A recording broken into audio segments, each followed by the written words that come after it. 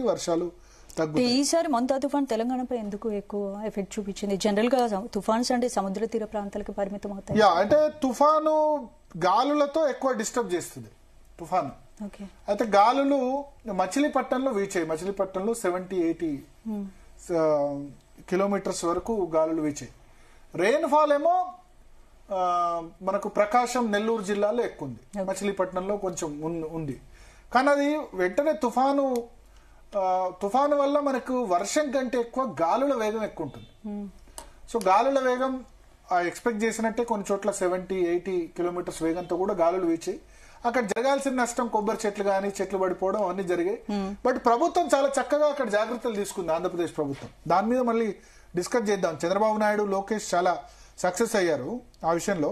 So 29 ఇవాళ రాత్రి 10 గంటల సమయానికి రామగుండం, భూపాలపల్లి ఈ ఏరియాకు వెళ్తుంది.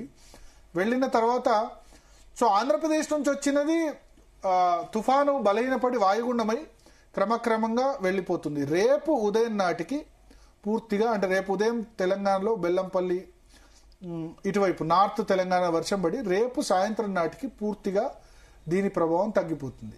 దీని ప్రభావం తగ్గి అది ఛత్తీస్గఢ్ తర్వాత మిగతా ఏరియాస్లో ఎక్కువ దీని ఎఫెక్ట్ ఉండే అవకాశం. మళ్ళీ 30-31 తేదీ తర్వాత ఛత్తీస్గఢ్ దాటి జార్ఖండ్, బీహారు అటువైపుగా అది వెళ్ళిపోబోతుంది. అక్కడ బీహార్లో, యూపీలో అక్కడ వర్షాలు కురిపించబోతుంది.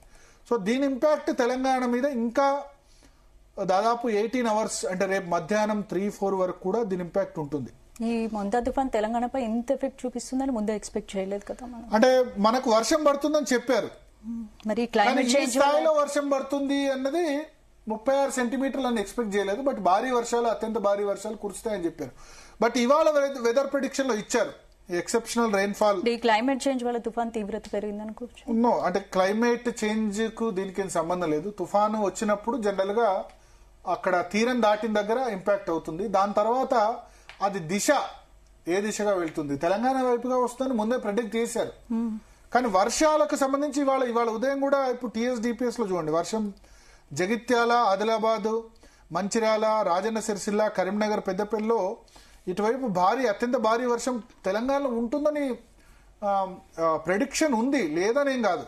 బట్ మన వాళ్ళు చాలా సార్లు ప్రెడిక్షన్ ఉంది కదా, ఆంధ్రాకి ఎక్కువ నష్టం కదా అని అనుకుని ఉండుంటారు. నేను అదే భావిస్తున్నా, ఎక్కువ ఆంధ్రాకి ప్రాబ్లం కదా అని అనుకుని ఉండుంటారు. మొంతా తుఫాన్ ట్రాక్ మారడం వల్ల తెలంగాణ ఇంత ప్రభావితమైంది. ఆంధ్ర చాలా బాగా, నిజంగా ఆంధ్రప్రదేశ్ చాలా బాగా కంట్రోల్ చేసింది. బట్ ఇక్కడ తెలంగాణ ప్రభుత్వం, ఇక్కడి ప్రభుత్వం ఎందుకనో నాకు పెద్దగా జాగ్రత్తలు తీసుకున్నట్టు కనిపించట్లేదు. ఒకసారి మనం చూస్తే గనక IMD సంబంధించి సిద్దిపేట కానీ, హన్మకొండ కానీ, వరంగల్ కానీ, కరీంనగర్ కానీ ఇక్కడ అన్ని చోట్ల కూడా మనకు భారీ వర్షాలు ఇప్పటికి కూడా కంటిన్యూ అవుతున్నాయి. ఎక్సెప్షనల్ రెయిన్ఫాల్ కంటిన్యూ అవుతుంది. మనతో పాటు